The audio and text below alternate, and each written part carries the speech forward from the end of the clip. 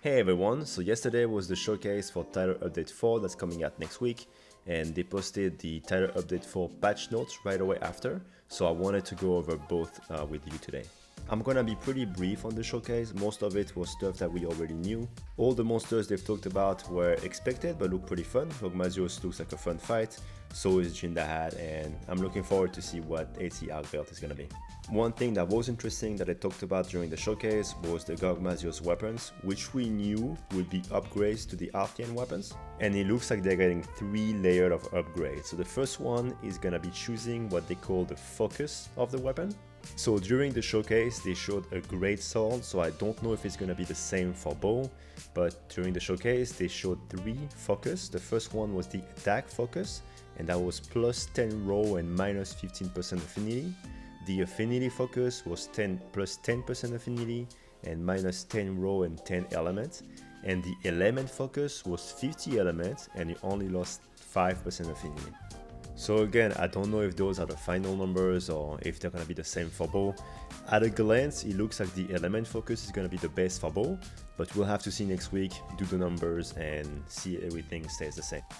Another big change that we already knew about is that those Arthean weapons will have 1 set bonus and 1 group skill bonus on the weapon.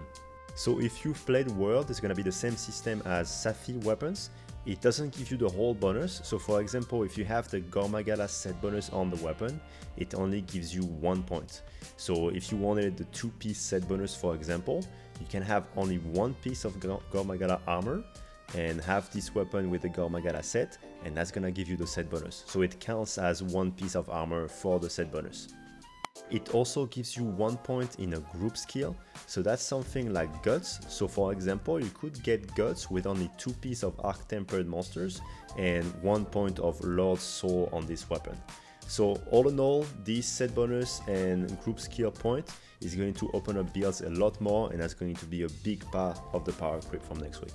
And they've confirmed that you can reroll those set bonuses without touching the reinforcement, so that's gonna make it a lot easier to get what you want. And finally, the last layer of upgrades is that you can take your current reinforcement and upgrade them even further.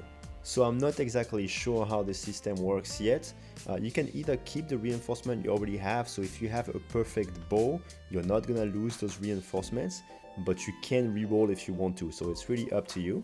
It looks like our current reinforcements are level 1, and when you upgrade them, they randomly get upgraded to level 2, 3 or X.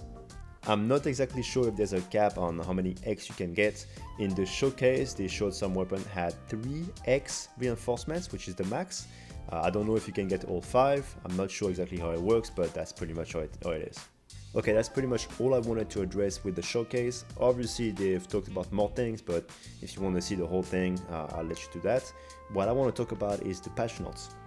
So the patch note is pretty long. I'm only gonna read what's relevant to bow, but I'm gonna leave a link in the description if you want to read the whole thing. Okay, so bow got a lot of buff in this patch. We don't have values for everything, so there's still a lot of things I'm gonna have to wait next week to see, but I'm gonna read everything.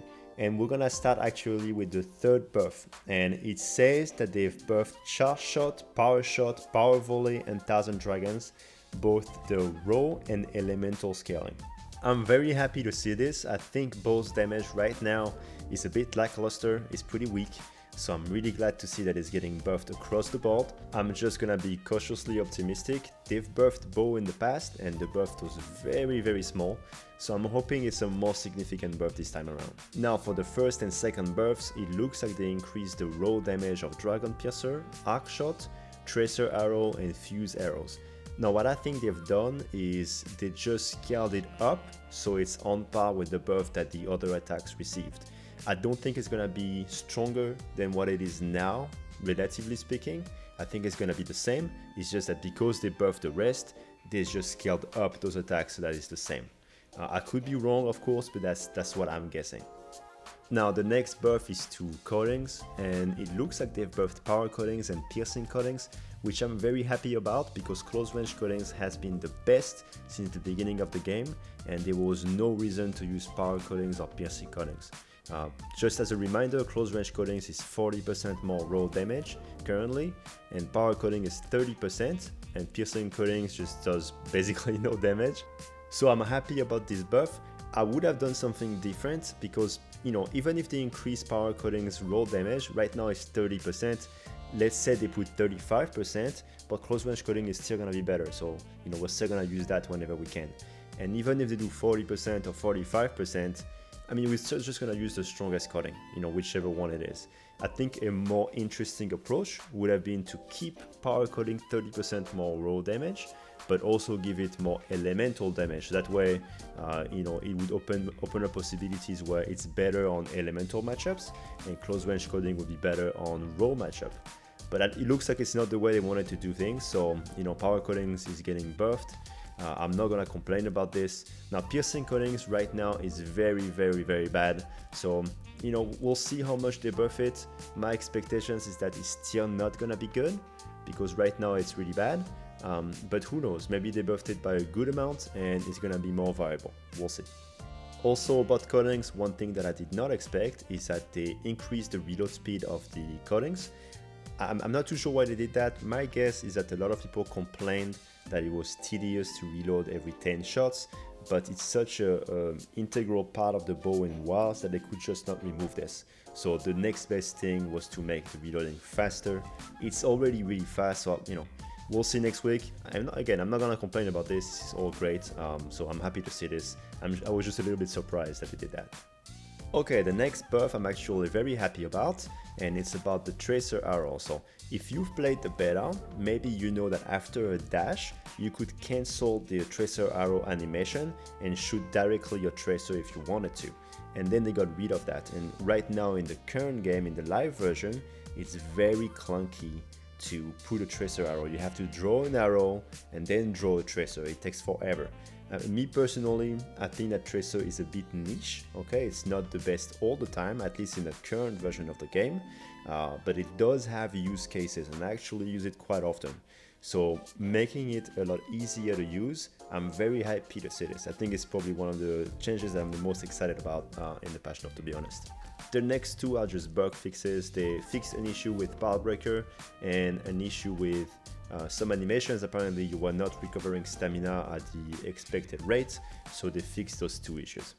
So this next section is not just for bow, but it is relevant for bow. So I'm going to talk about this, and the first skill here is ballistics, and it says that now it boosts the roll damage of level 3 shots made at critical range. I don't know if it's only for bowgun ammo. If it is for bow level 3 shots, we'll have to see the damage modifier. If it's a big enough damage increase, then yeah, we might use this skill, but if not, then we'll just keep ignoring it. Elemental Absorption was buffed. I don't think we're gonna use that skill anyway, but nice to know. Next up, they buffed Flare quite significantly. They made it stronger, activate more frequently, they fixed some bugs with it, and most importantly, they made a lot of attacks work with this skill where they didn't before.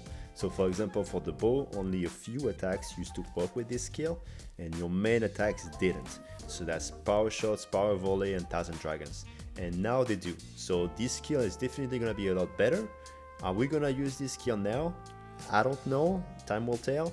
It's possible that we put 1 point in Flare in the future for comfort build. Really, we'll have to see the builds that are made out next week, and if there is an empty space for Flare, then maybe we can consider it.